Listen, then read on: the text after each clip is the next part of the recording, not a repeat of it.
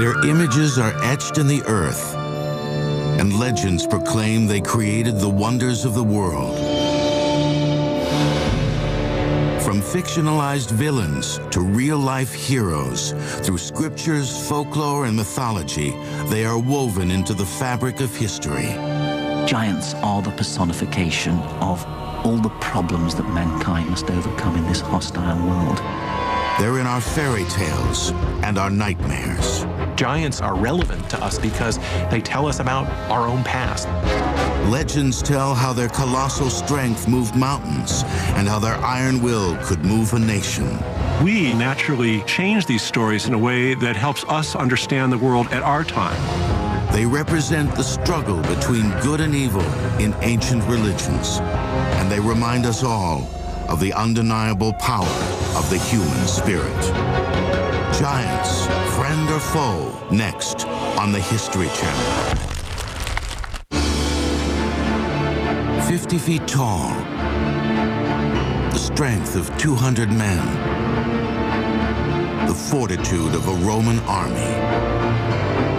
Legends, myths, and ancient folklore tell powerful tales of giants that held up the heavens and walked the earth. In so many cultures, there seems to be that little grit of sand that there was a giant species once roaming the earth or the locality, and it's around that grit that the pearl of the legends of the giants has formed itself. Regardless of race, region, religion, or age, every society has created legends about giants as a way to help explain the unknown. In cases where large formations are found or bones are discovered that can't be explained or giant footprints, it's very common to imagine a race of giants that walked the earth and left those remains. Giants also, I believe, represent dream figures, figures of the imagination, figures of nightmares. It's natural that out of those dreams come stories of giants. The origins of giant stories can be traced to the dawn of man. Nordic cultures were among the first to equate giants with the beginning of civilization. They were called frost giants, mammoth human-like creatures who were as tall as mountains. There is, in Norse mythology, a world of light and a world of mist. And the world of mist is very cold, and the mythology is that a warm wind blew up from the world of light, created clouds in the world of mist, and from that clouds a breed of giants emerged, the so-called frost giants. The frost giants were particularly ferocious, but were also incredibly clever. They represent the forces of chaos. In a battle for superiority of the earth, the frost giants fought an army of Norse gods led by a warrior named Thor. Thor, son of Odin, led a number of campaigns against the giants into an area in which nothing could live except giants. To battle the frost giants, Thor wielded walls of thunder and bolts of lightning, the power that later became known as Thor's hammer.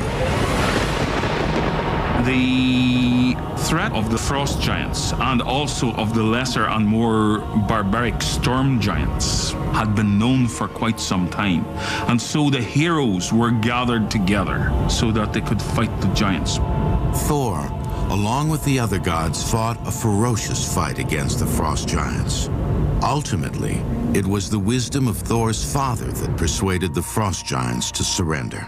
In the end, it was the extreme authority of Odin which finally sent them back into their darkness. But it was the Greeks and Romans, some of the world's first true storytellers, who created the types of giant legends that still exist today. There were gods like Hercules and Zeus, who often were depicted as being the size of 100 men. And there was a race of giants called the Titans, and a god named Atlas, who many believe held up the earth, but actually was doomed to forever hold up the sky. There is a figure by the name of Perseus who comes to try and defeat Atlas. Perseus takes the head of Medusa and shows it to Atlas, which turns him to stone, and as a result, that's where mountains come from. And with his strength, the strength of mountains, he's holding up the sky and the stars in the heavens. The ancient world was also filled with snarling, grotesque, one-eyed giants called cyclops that devoured man and animal alike. It's believed that some of these creatures also had second sight, the ability to see the future and predict the fate of men. Though they are the stuff of fiction, the story of the Cyclops is actually based in archaeological fact. The story of the Cyclops is a very interesting story on many levels, but one of the points that interests me the most is that the concept of the Cyclops probably comes from finding the head of a mastodon or an elephant. Because if you look at the skull of those animals, they have a big round hole where the trunk comes in, and the actual eye holes are on the sides. So it looks just like a Cyclops. It looks like this would have been the head of a giant round-eyed monster. One of the best-known versions of humans battling these creatures was when Ulysses kept a Cyclops from devouring his men. Ulysses and his sailors encountered a Cyclops when they landed on a magical island inhabited only by giants. The men were trapped in a cave blocked with a huge rock that only the Cyclops could remove. The Cyclops has sheep, which he eats, and herds, and every day he goes out with the herd. At that point, Ulysses and his men figure that they will take wine and try to get the Cyclops to sleep, and then take a huge stick and try to gouge the eye out. And so they sneak under the sheep's belly, and the Cyclops is trying to feel around for them, but only feels the top, and they're able to escape. And so the triumph of the civilized man over the great barbaric pagan, no matter about the strength, brain over brawn, is evident from the story. Most early cultures, especially religions like Christianity, used stories of giants to accentuate their message. These were the pagans who had to be defeated. So they gave them attributes like monstrous strength, destruction of property, even down to eating human flesh, especially that of children. And this put them beyond the pale. Giants were the last vestiges of the old pagan religion, which had to be destroyed. Perhaps the most famous story depicting sheer courage against overwhelming odds comes from the Bible's book of Samuel. It's a story about a young shepherd boy named David who was willing to pit his limited skill and strength against the champion of the Philistines, Goliath. David and Goliath story actually for me is one of my childhood. It was part of our culture that we should have this image of some intelligent, small, underprivileged person who is going to go right out there and help everybody else to understand how to overcome adversity. At this time, the Israelites were in a pitched battle with their archenemy, the Philistines. It said the Philistines had a legion of giant warriors, and the leader of these behemoths was a towering, evil killer named Goliath. Goliath is described as being 6 cubits and a span in height, which translates to about 9 feet 9 inches. Now, in earlier texts, including the texts found among the Dead Sea Scrolls, it's 4 cubits and a span, which would translate to be 6 feet 9 inches. So I believe that Goliath was indeed a Philistine warrior, and at that time, a warrior who was 6 feet 9 inches would indeed be a giant, certainly towering over the shepherd boy. Each day he would come down to the river and challenge the Israelite army to come and send out a champion who would fight him. The prophet Samuel said that Goliath could be defeated and that he would be defeated by a boy.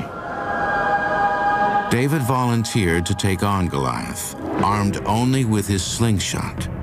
It was a skill he had honed as a boy, protecting his flocks from roaming packs of wolves. It was a simple weapon he would take into battle. The giant, in an arrogant moment, says, "Why have you sent this shepherd boy? I will eat him alive, and I will throw his carcass to the sheep." David took his sling and a few well-rounded pebbles. He swung and fired a stone, which caught Goliath in the middle of the head. It was enough to kill Goliath. In a final act of defiant victory, David placed his foot on Goliath's lifeless body and cut off his head. The victory so shocked the Philistines that they fled in disbelief that a mere shepherd boy could wield such a blow. It serves to demonstrate the victory of the children of God over the forces of paganism, and the forces of paganism embodied in a massive man, Goliath. The story also illustrates how the image of a giant can be used as a moral lesson to show how the meek can defeat seemingly insurmountable odds. We have here a story for people to gain courage from those, even though you might look the weakest, is to use your intellect, to use your courage, and to use a sense of pride to go forward and to take it on. At the heart of the David and Goliath story is the idea that it doesn't matter how big you are on the outside, it matters how big you are on the inside. And David was huge inside. He had a heart of courage, and he alone was not afraid to fight Goliath. There's another aspect that follows through of the popularity of this being told from parents to children, and that is that David, as the young, unpromising hero who's crude and inexperienced, is akin to children, and this is a coming-of-age moment proving himself and his manhood. Giant stories are plentiful in the Bible, and many times giants are seen as heroes, as in the case of St. Christopher, who once helped the Christ child cross a river. St. Christopher put the child on his back and started to cross the river. But as he was going through the river became deeper, the child became heavier, and the river became wider. Then, as all of these tribulations started to take part, he then decided, I can't allow a child to fall. I must carry on. So he carried on until at last he came to the other side, and the child became the vision of Christ.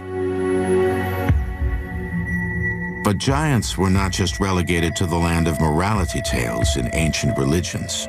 Over time, legends of giants grew to impact the culture of an entire nation. When the Celts arrived on these shores, they found the standing stones, the burial chambers, and they were so great that the Celtic imagination, the Celtic storytelling tradition, came to see that these must have been built by giants. You're watching Giants, Friend or Foe, on the History Channel. If there is one place on Earth that can lay claim to being the true land of giants, it is the British Isles. Celtic culture and history are filled with hundreds of references to the giant kind, both friend and foe. On a rolling field of yellow grass 2 hours southwest of London, multi-ton boulders make up an archaeological site of gargantuan importance. Stonehenge. The story that Stonehenge was built by giants belongs really to that very colourful weaver of tales, Geoffrey of Monmouth, the Welsh monk who in 1136 published his History of the Kings of Britain. According to Geoffrey of Monmouth, Stonehenge was originally in Ireland, and Uther Pendragon, the father of King Arthur, ordered Merlin to bring the stones from Ireland to Stonehenge to mark a burial place of several local chieftains and princes. Although some versions of the story say it was Merlin, others tell that it was a British king named Vortigern, who after defeating a race of English giants dispatched them to Ireland to retrieve a group of special stones. Off they went, and across the sea, they carried the great stones back, These were erected on Salisbury Plain by command of Vortigern himself, who said that Stonehenge would serve ever after as a marker to those brave followers of his who had died fighting the giant kind. And there it remains to this day. The last of this race of giants who are credited with building Stonehenge are Gog and Magog. The legend says they were defeated by the Romans and brought to England to protect the city of London. Today, statues of Gog and Magog still have a place of prominence in the old city's government building, the Guildhall. The statues themselves have a storied past. They were destroyed during the Great Fire of London in 1666. They were rebuilt but destroyed again in 1940 during the German blitzkrieg of the city. In 1953, they were built a third time and given a place of honor high above the floor in the building's Great Hall, though it is questionable whether most Britons know who they are. Many who visit the Guildhall probably look up at the two statues and just wonder who on earth these two characters are, little realizing perhaps that these were amongst the original inhabitants of this island, so legend claims. The majority of English giant stories are found not in the bustle of London, but in the picturesque, antiquated villages that dot the British countryside. The town of Cernobos is a good example. Founded in 987, it remained a thriving community until the mid-16th century when its abbey closed and the village fell into disrepair. In about the 17 and 1800s, it took on a new lease of life because the water here was very pure. And suddenly Cern found itself as a center of a major brewing industry in the south. And in fact, its beer not only was sort of pushed around all over this country, but I'm told it was also exported to the West Indies and the Americas. Today, it is a picture postcard town, attracting tourists from around the world who want to see centuries-old pubs and restaurants, and arguably England's largest giant. One of the many tales portrays the giant as an invading Danish monster who came across the sea and after a day of pillaging, fell asleep on a hillside. The locals living in the area proceeded to cut off his head. To warn other giants to stay away, they made an enormous chalk outline of their fallen prey. The giant is made from tons of small white stones that are cleaned and replaced every 7 years. The giant measures 180 feet in height. He carries a massive club and is best seen from the air. However, the giant's most prominent feature, one that can still make the people of Cernobos blush, is the towering chalk outline of his phallus. I think the main statement is about 30 feet long, which I think one lady who was being interviewed said that would bring the tears to your eyes, and I think that about sums it up, actually. Of course, nobody really knows when the giant was carved. There's many different stories. Some say he's a fertility symbol. In fact, so much so that it is rumoured in the locality that courting couples and married couples have been known to consummate their relationship on his... If a girl getting married wants to have children, what you should do is go up there with your husband and stay overnight up there. And in fact, I've heard it done, but what its success rate is, I'm not sure. But occasionally when we have weddings here in the church, the bride and bridegroom will go up there in their wedding dress and go up there and so symbolically sort of sit on the giant and hope that it brings them good luck in their married life with children. While the Cernobos giant catches attention for his sexual prowess, another English giant draws crowds simply because he gets up and walks. He's called the Bolster Giant, and he lives in the small English village named St. Agnes. The giant bolster of St. Agnes was so tall that he could stand with one leg on top of St. Agnes Beacon and his other foot could reach as far as Carnbray, which is about 5 miles away.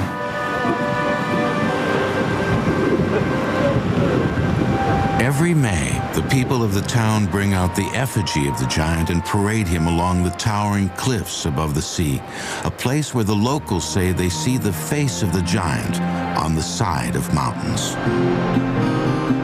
Legend has it that along these cliffs, the giant met and fell in love with the beautiful and devout St. Agnes. Now, the fact that the giant had a wife mattered not, because giants were considered to be incredibly lustful. That was one of their attributes. And so he became infatuated with the blessed St. Agnes and asked her to marry him, or asked her to live with him in any case. Now, she, being a virtuous Christian lady, refused, but the giant was nothing if not persistent. And so he tormented her daily, sending her gifts of dead animals. I could think of better gifts, but remember that this is a rather stupid giant. She knew that he was terrifying the whole of the village, that somehow or other the village had to get rid of him, so she agreed to marry him on one condition, that he filled her well with his blood. And the stupid giant believed her, and slashed his wrist and allowed blood to fall into the hole. Gradually, the giant bled to death, which shows a triumph of virtuous Christianity over the stupid paganism, if you like. The story has been told in St. Agnes for at least 400 years. It's believed it was started during a time when the Catholic Church was doing everything it could to demonize other religions. One of the interesting things about the early church is that, of course, the church is trying to stamp out the Celtic faith, the Celtic religion. And the way it's doing it is to assimilate that Celtic religion into its own religion. So Celtic giants effectively then become demonized. So the church will create demons. Where the Celts saw a giant, the church sees the devil. Where the Celts made a rock formation the work of giants, as far as the church is concerned, it's the work of devils. So effectively the devil is becoming, if you like, the giant of the Christian religion. And yet, so strong is this folklore that it's still circulating. For the townspeople of St. Agnes today, their Goliath is a vivid reminder of nature's dark side, which must be conquered. He represents anarchy. Essentially, he comes from the ground and he is tamed. So he's the wilder spirit, the wilder element of us. So he's disorder, but we love him. The Bolster giant is well known along the shores of Cornwall, but his notorious antics pale in comparison to another nearby giant named Cormoran. Cormoran, the ferocious giant, used to live on the mount, and each night he would come striding across the bay to pillage and plunder the local households. He would kill the cattle, kill the sheep, rob the crops. He was the terror of the neighborhood. Legend says Cormoran's reign of terror continued until one boy decided he'd had enough. You're watching Giants, Friend or Foe, on the History Channel. Along the rocky shores of Western England, in the seaside towns of Cornwall, the world's most famous giant stories were born. This is the land that spawned the sagas known as Jack the Giant Killer and Jack and the Beanstalk. As with most folklore, the tales were attempts by locals to make sense of their world by creating stories of danger, morality, and religious symbolism. Talking about Jack the Giant Killer, there are actually many traditions that come together. There is a reference to biblical legend with David using trickery to outwit the giant, and you see this in the Jack the Giant Killer. There's also this idea of the young lad, the name Jack from nursery rhymes, Jack and Jill. Many folklorists assert it comes from the idea of Jack being a youthful figure. The stories also tried to make sense of the area's raw natural beauty and physical hazards. The most spectacular feature of the region is a craggy speck of land, less than a mile out to sea, called St. Michael's Mount. Well, we're in the southwest of the country. We're in Cornwall, the magical land of giants, on a boulder-strewn shoreline, standing next to the causeway that leads to the magical St. Michael's Mount. It truly puts it into perspective, for as you can see, it would take a giant of a man to be able to stride from the island onto the mainland. Even today, just getting to the mount can be treacherous. Ocean tides play tricks with visitors, quickly and quietly swallowing the stone path that connects the island with the mainland. When the tide's in, you'd have to be a giant to get over there. It's said that St. Michael's Mount was built by a giant named Cormoran, who entrusted his wife Cormelia to build it with the finest white quartz rock she could find. Cormelia got exhausted with this daily trek to find these perfect stones, and one day as she trekked out, found a piece of ordinary green stone and thought that would do. So come striding back towards the island she did, and Cormoran, seeing her approach with an inferior product, was so angered he stepped out of the bay and gave her a hefty kick, causing her to drop the rock here on the approach to the causeway. It's said that 600 years ago, people were tormented by the ruthless Cormoran, who, along with his brothers, lived in the towering castle on the mount. Cormoran was the bane of the territory. He'd wade across to the mainland every night. He would kill cattle, sheep. He would take the produce from the farms and then go back to his rocky lair on St. Michael's Mount. One day, a teenage farm boy decided he and his family had been terrorized enough. If the town's leaders could not kill the giant, he would. The boy's name was Jack. There are several versions of how Jack attacked the giant. One story has him hiding in Cormoran's shoe and riding back to the castle to discover the treasure trove of riches the giant and his brothers had amassed. It was rumored that the giants were incredibly wealthy. Being long-lived and incredibly old, they had amassed great fortunes through their wickedness and paganism. This was lying in the vaults of their castle, and Jack was determined to see what was in there. After the giants fell asleep, Jack crawled out of Cormoran's shoe and moved up the giant's shirt. The giant stirred, and he said, "Who is climbing inside my shirt?" To which Jack replied, "Go back to sleep, it is only a fly crossing your chest." And the giant lay back and closed his eyes. Jack produced a large knife and cut the giant's throat.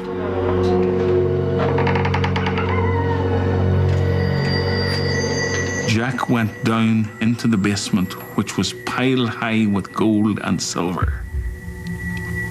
And Jack and his family never had to worry about inflation again.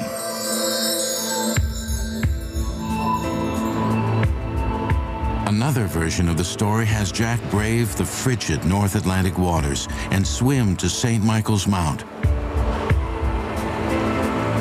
He then dug a pit large enough to trap the giant.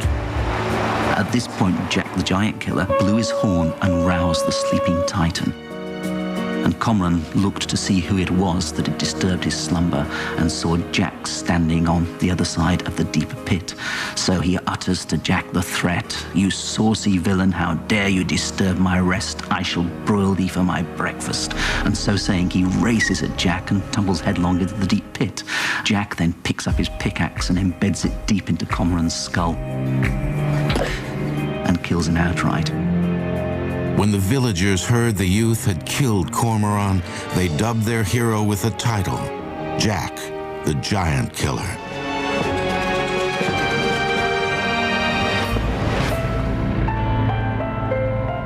The tales can be traced to the 15th century, a time when the world was rife with religious turmoil. Once again, stories of evil, immoral, pagan-like giants helped church leaders cast a shadow of wickedness on those who opposed them. But young Jack's exploits did not end with his victory at St. Michael's Mount. Storytellers of the time put his character to good use. First of all, he becomes the trusted servant of King Arthur's son, kills several more giants in that guise, and is then able to trick one giant out of a very useful weapon, the Cloak of Invisibility. In fact, King Arthur, by this stage, is so pleased with Jack's giant-killing exploits that he makes him a Knight of the Round Table and gives him the task of ridding Wales of the many giants that are terrorizing the kingdom of Wales. Jack was given the task of killing a particularly nasty, two-headed giant named Thundel. Thundel might not be able to see Jack thanks to Jack wearing the Cloak of Invisibility, but he can certainly smell him, and thus it is from his lips are first issued perhaps what is the best-known utterance of the entire saga. Fi, fi, fo, fum. I smell the blood of an Englishman. Be he alive or be he dead, I'll grind his bones to make my bread. Unfortunately, Thundel is easily outwitted by Jack, who lures him onto a drawbridge that he's booby-trapped, and consequently Thundel crashes through the drawbridge and Jack promptly decapitates him. Regardless of the version, one thing that is constant in the early variations of the Jack story is violence. Jack is always an outmatched youth who uses his wits to cut the throat of his enemy or chop off his head. This theme that is found in earlier tales where they were meant for adults as well as for children poses the giant as carnivorous or cannibalistic. They want to not only defeat us, but they want to devour us. And there are other variations of this as well in other stories. The Jack figure lodges with the giant, and the giant says, "Though you will lodge with me tonight, you will not live to see the morning light. I will bash your brains with my club outright."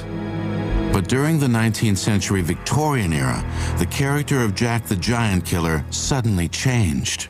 The British printing industry began churning out children's books, and it was impossible for publishers to tell tales with so much violence. The traditional Jack the Giant Killer is effectively a psychopath, a vicious thug embedding his pickaxe into giants' heads, decapitating giants. By Victorian times, the giant stories have settled into the domain of children's literature.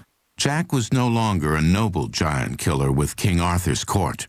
Instead, he became a Victorian version of a teenage slacker, complete with the repressed sexual themes of the times. This tale is perhaps the most famous giant story in the world, Jack and the Beanstalk. The traditional Jack and the Beanstalk story, of course, has Jack as a lazy gopher and idler, and his mother is always nagging him to go out and do better. And, of course, they are a very poverty-stricken household. It all begins with a cow that no longer can give milk. Jack's mother tells her son to take the cow into town and sell it at the market. There's a lot of speculation about the reason why the cow is being sold is because it no longer has milk. So it's this maternal symbol, and Jack needs to break away from the mother. At the same time, he wants the approval of the mother. Jack, of course, is very easily taken in by what might well be called a con man at the market. And the man says, well, I'll take the cow, but all I have is these beans, but they're magical beans. So Jack happily accepts the magical beans. When Jack's mother discovered what her son had done, she scolded him for being so foolish. She threw the beans and they took root in the rich soil next to a stream. The following morning, Jack woke to find a towering beanstalk where the beans had landed. Jack could not resist the temptation.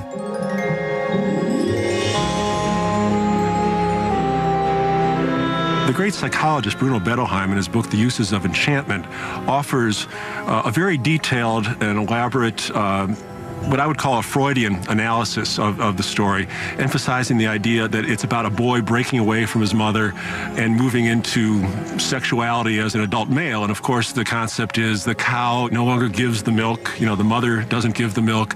The boy has these erotic dreams. He wakes up and finds this phallic beanstalk climbing to the sky. Cautiously, Jack climbed the stalk's gnarly trunk into the clouds, where he found the kingdom of a giant.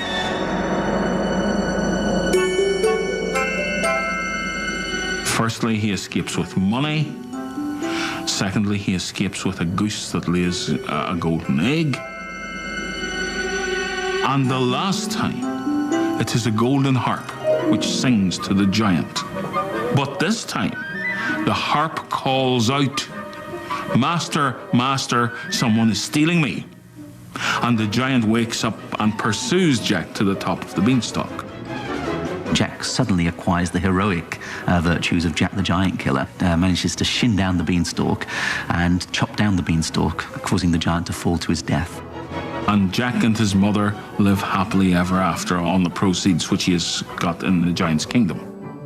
Since the mother is often portrayed as a widow and Jack is an only child, this giant is in fact a kind of father figure who he also needs to defeat to exact his revenge. Sometimes actually in the story, it will be announced that the giant was the murderer of his real father. So there's a double conflict that's going on. So one of the moral justifications for stealing is to exact revenge. Well, the beanstalk is only the added part to the story, where he goes because his family are in adversity, and he goes and gets great wealth by defeating a giant. And what could be a better story for a child? Overcoming adversity and keep going, keep at it, and in the end you'll be successful. I think there's also a simpler, even deeper meaning to the story, and that goes back to a basic human desire to climb to the heavens and discover great beings. Created on the British Isle, Jack and the Beanstalk remains one of the most famous giant stories of all time. But on a nearby shore, a tall tale of another renowned giant remains an important part of Irish heritage, the legend of Finn McCool. They said he was as strong as a lion. When he was in bad temper, he stamped his feet and you had an earthquake around the whole of Ireland. But it's the question of how this unusual formation of rocks on the edge of the North Atlantic was created that has the Irish asking, could it have been built by their beloved giant, Finn McCool? You're watching Giants, Friend or Foe, on the History Channel. Since the beginning of time, people have struggled to find ways to explain the creation of massive, larger-than-life natural phenomenon. Before the benefit of modern science, the answer most often agreed upon could be summed up in one word: giants. When early men began to view great boulders, great stones, great circles, which had been left either by previous peoples or by glacial action, they began to wonder how these sort of things could have come about. The answer for them, as a means of explanation, was that they could only have been carried there by giants. Giants are so often associated with rocks and mountains. It's easy to look up at the mountains around us and imagine that these are giants who have been frozen in time for some reason, whether they're evil, whether it's magic, or whether they're just the remains of the old ones who once walked the earth. But in the mystical land of Ireland, giants are not just relegated to the realm of simplistic folklore. One of the best-known Irish giant stories was written during a time of British domination over the Emerald Isle in the early 18th century by a young man studying to be a cleric. The author's name was Jonathan Swift. The story he wrote was Gulliver's Travels. Gulliver's Travels is actually a satire in which a giant appears. The giant is, of course, Lemuel Gulliver, who is an ordinary seaman, who is shipwrecked on the shores of a country of pygmies. The country is Lilliput. Finding Gulliver on their shores, they are immediately taken with his size. There are all kinds of escapades that are involved where Gulliver ends up having to help the Lilliputans. One of the ones that I think people tend to remember is where there's a great palace fire and Gulliver ends up urinating on the palace in order to save it and therefore bond himself to the Lilliputans. And there's this uneasy relationship with him as benefactor, as well as the same time being treated as a kind of king, which he doesn't want to be. The Lilliputians saw this giant not as a scientific curiosity, but as a weapon they could use to wage war against their enemy. Swift was playing on the old confrontational notion of the giants, which is innate in every one of us, where the big man will dominate, whether he is big physically or whether he is big politically. And so what you're getting is a sort of allegory of politics. And the giant becomes the symbol of a corrupt political system being used towards an end, which is what Swift was actually talking about. What many people don't realize is that there's a postscript to that the voyage that follows is in fact to America, where Gulliver is smaller than the people he encounters. So suddenly he is the dwarf compared to the giants. And in many ways, this may be a prophecy of things to come because he sees the great power of this breed of giants on the American soil and imagines, in fact, that they're likely to defeat English manners and their arrogance.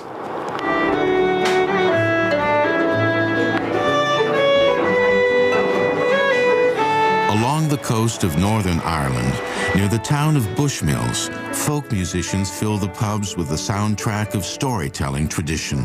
It was down by the Sally Gardens, The songs are rich with images of lonely lives and lost loves, Celtic magic and mystery, Irish intrigue and illusion. It is a sound that echoes across the rolling green fields and muddy moors to a place steeped in Irish lore. Because less than a mile from where the band plays and pints of Guinness pour like water is one of the most captivating and baffling rock formations in the world. For thousands of years, the Irish have tried to explain the origin of this place. Millions of hexagonal stones that cascade from a mountaintop and disappear into the Irish Sea. People come from all over the world to see the stones, making it the most popular attraction in all of Ireland. The Irish have given it a name, the Giant's Causeway. When, for example, men came to look at something like the Giant's Causeway, they said, who could have constructed this? This cannot have been constructed by nature. Look at how the hexagonal shapes are laid out. This could only have been constructed by thinking individuals. And so the answer was giants.